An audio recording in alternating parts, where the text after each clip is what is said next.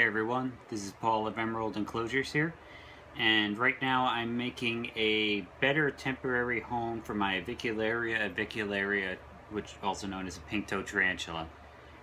One of the spiders that will be going into the Pull Video Winners tank. That's assuming that the dual spider tank wins the poll. Anyway, let's get straight into it. What I'm doing right now is finishing up the base of the lid. I'm hot gluing some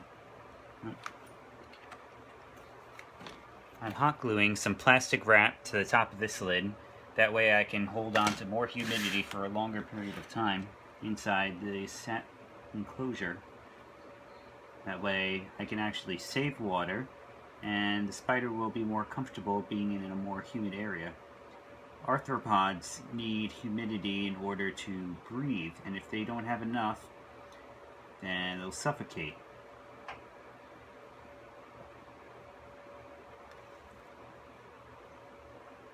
So I'm just finishing up the last touch-ups on the lid. It's just tedious work, and I didn't really feel like it'd be necessary for anyone to watch that. And I'm just going to give this a couple of moments to dry while I clean off my table.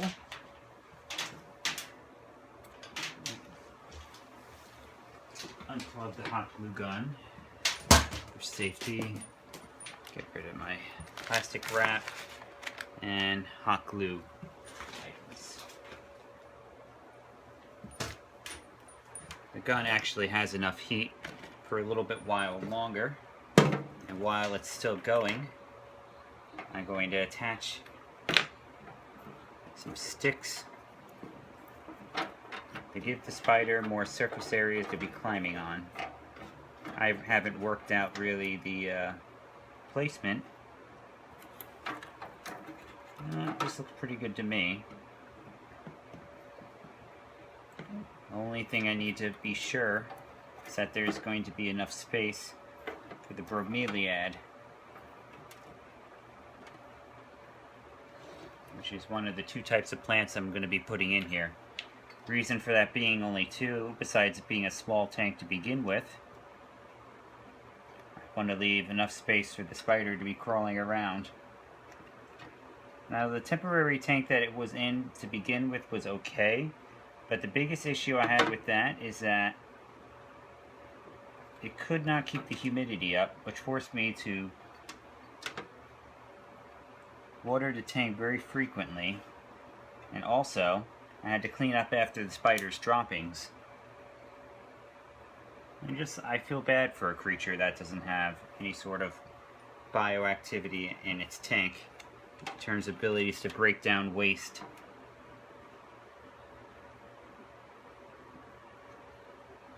I feel like it's my duty as a keeper to make everything as nice as possible for them while they're under my care. And even after I put the spider into its new tank, let's see, is this worth it?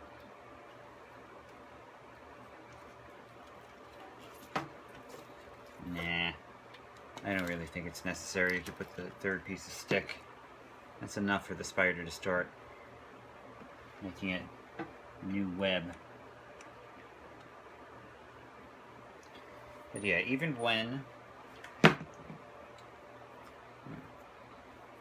I make the new tank for this particular tarantula, I can still put anything else I want into this tank, so it's not like it's a waste of my time to be making a little tank like this. I have another one set up at my job at ShopRite for a knoll lizard, and then I also have one set up here, same way, for a couple of garden snails of various types. Alright, now I can move this off to the side. I am not going to need it anymore.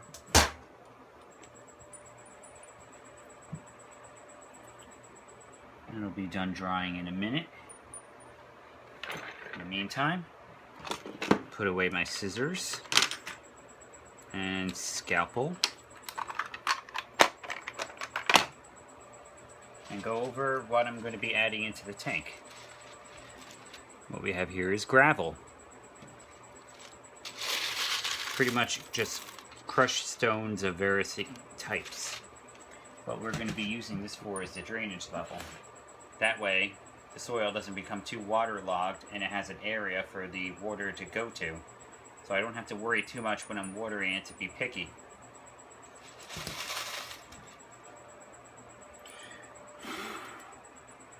It'll be done drying in a second. Even so, it's not that big of a deal if I just started putting stones down to begin with. I just don't want it to move too much.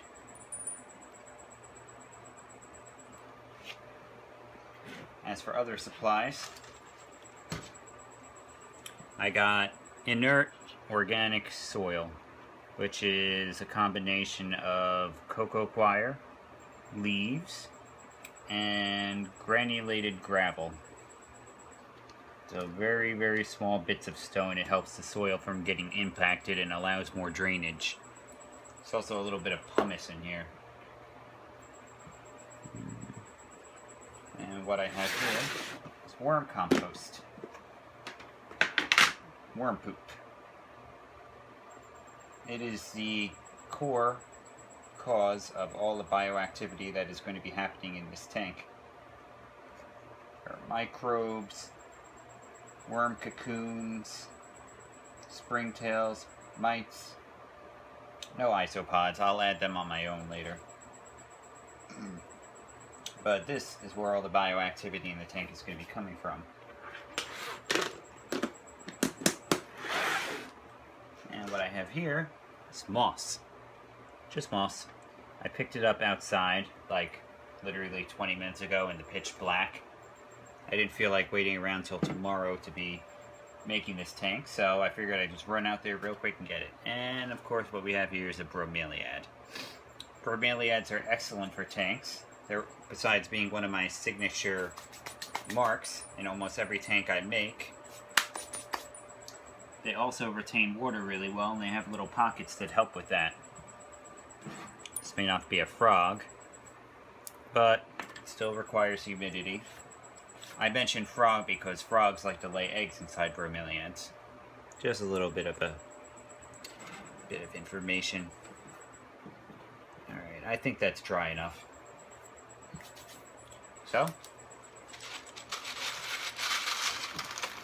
start by... I'm not sure why my phone keeps cutting off like it just did, but back to business. Next, we'll add the gravel. You can usually make it about 1 inch to a 1/2 inch. Small tank like this, I'm going to go with a 1/2 inch so I have more space for the plants and more area for the spider to be crawling around in.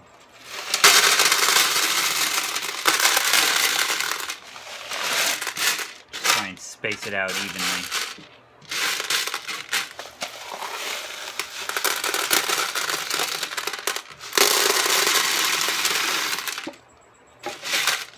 That should be good.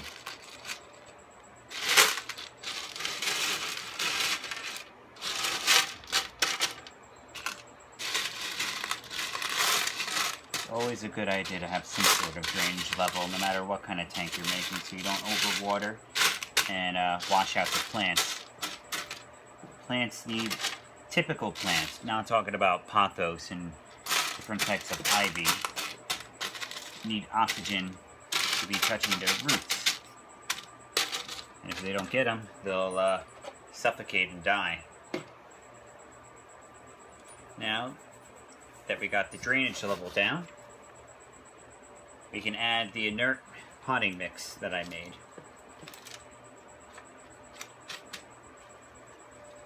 Nothing well actually, yeah, nothing bioactive about this.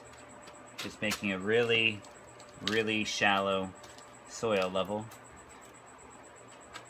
just to cover up the rocks to start with.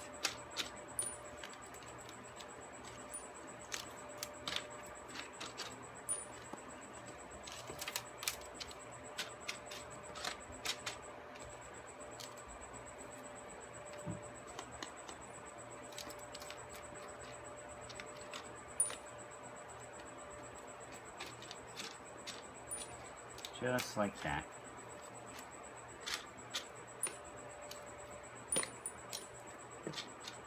Next, I'll be adding another layer of compost. As I said before, this compost, worm poops basically, is what's going to create the bioactivity inside this tank. The springtails and the isopods will be eating any sort of droppings that are left over from the tarantula and break it down so that it can be uptaken by plants. Not only that, but no extra smells. Spiders don't really create enough waste to create smells or anything like that. But, as I said, this tank is not going to have the spider in it for very long, and eventually it'll have something else. So, and whatever that may be, might have some smells to it. Alright, here's the compost layer. What I'm going to do now is add the bromeliad.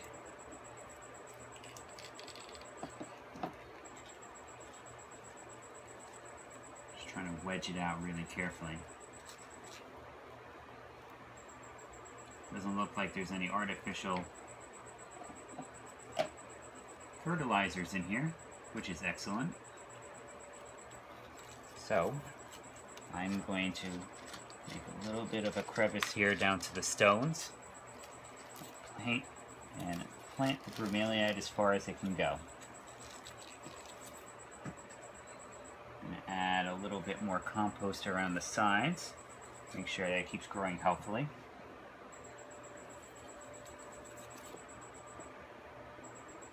Eventually, maybe I'll even see some pups from this thing, which would be nice. We'll look at a couple of more clones of this.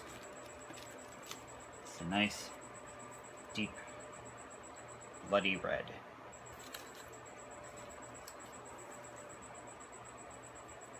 Then after that,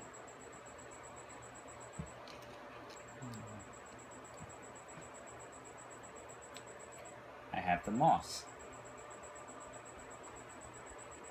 And try and take off as much of the soil that came with it, but I'm not going to go crazy over it. I'm just going to pack it down and try and fit it to the shape of the tank. Chances are there are a couple of organisms in here, and I'm not terribly worried about it. Chances are they'll just add to the bioactivity of the tank. And even if there were cricket eggs in here, which I'm like 90% sure there is, it'll just make a snack for the tarantula eventually. I noticed that wild crickets are a lot more tame than garden variety house cricket that you would buy from Petco, and anyone who keeps animals also knows how nasty those little bastards can be.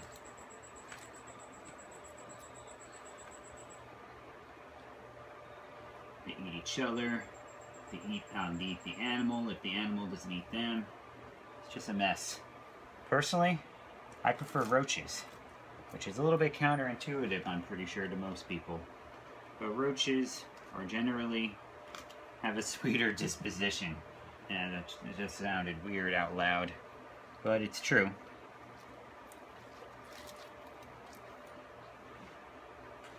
Hope I grabbed enough moss. Yeah, I'm sure I did. I'm not too worried about it. It'll spread eventually to fill up the entire tank. Moss is great because it adds to the humidity of the tank. And also, I just love moss. Just something about it is just so aesthetically pleasing. And there's this little plant here that I found. I'm not sure what it is, but it's nice.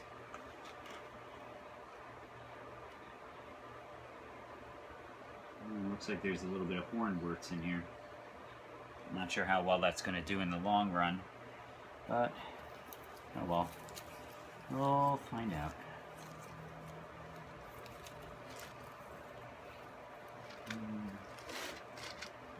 try and cover up as much of this clay that I can.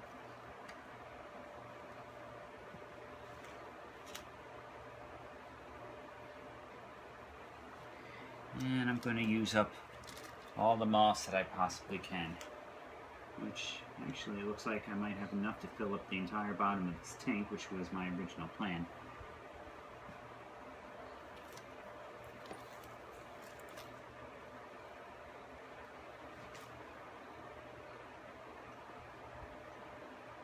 There's nothing I love more than a full carpet of moss.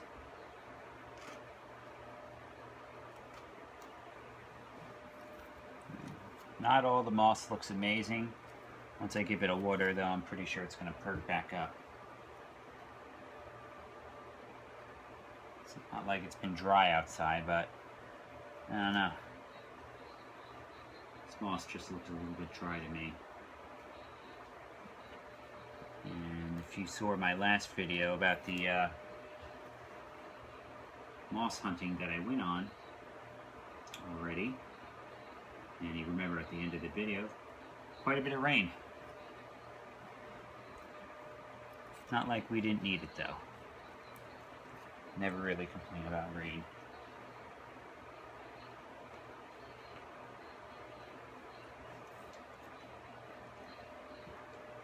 Snow, that's a different story. Just a little bit more. Just trying to cover up the sides of this bromeliad.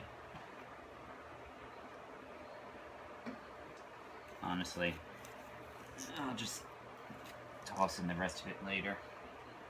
Now what I'll do is pack in a little bit more compost around the corners of the plants, the moss. That way you don't see any of the gray and it looks all leveled.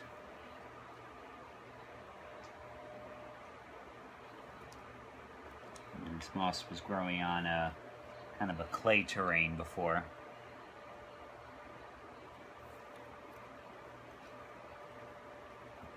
Interesting, to me at least, because all the moss that I've seen, or the average moss, likes to have a hard surface to be rooting into.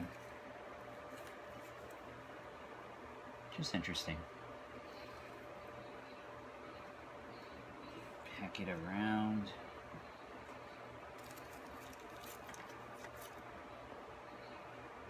Just cover up that gray.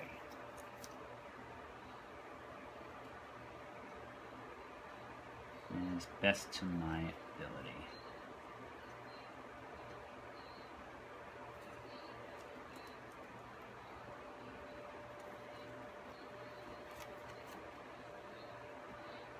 Okay. And now it looks pretty good. I'm sure it's not the showiest tank that anyone has ever seen, but it functions. That's what's important.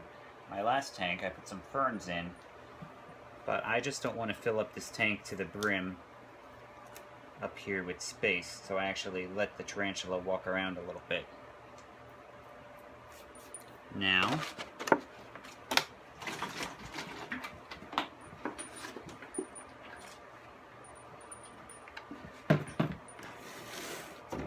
I just need to fill up my flow master here with distilled water, which I think I've mentioned a few times up until now. It's the only thing, besides rainwater on occasion, and I still have some left, that I will water my tanks with.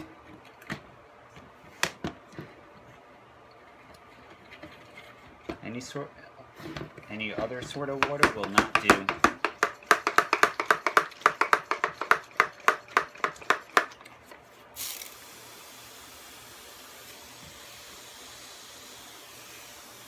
Just give it a good spray. Fill up the bromeliad.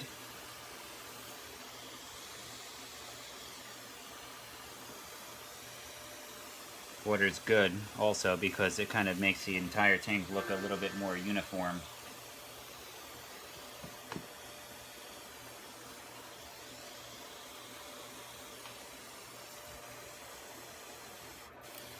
I'm just going to go until I can see some water on the bottom of the container. I love this Flowmaster just because it gives you a really even spread. Oh, there it is. I can see it on the bottom now, which means that it's saturated enough.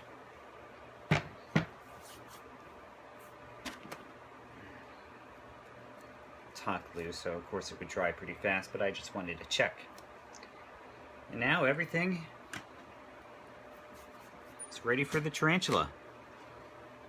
I'm sure she's going to be much happier in her current enclosure than she was before. She's a little bit afraid right now. I don't want to bother her too much, but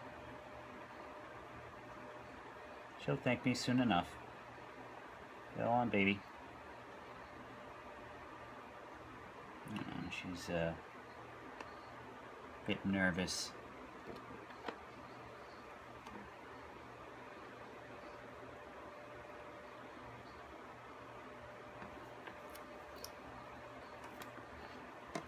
Put that down in there.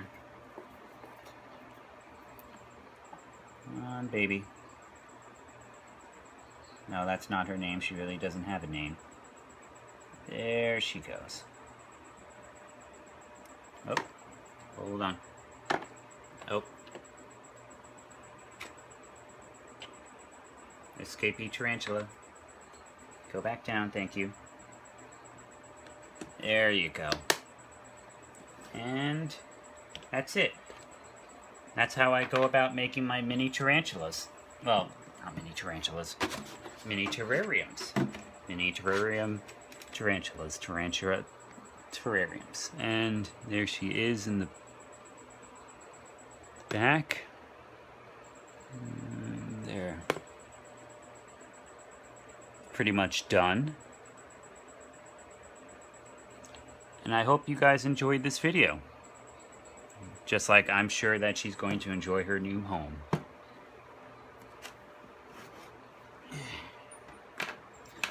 Anyway, within the next 3 days I will be tallying up the poll, and I will be putting out the choice that everyone has made for what my next big tank build is going to be.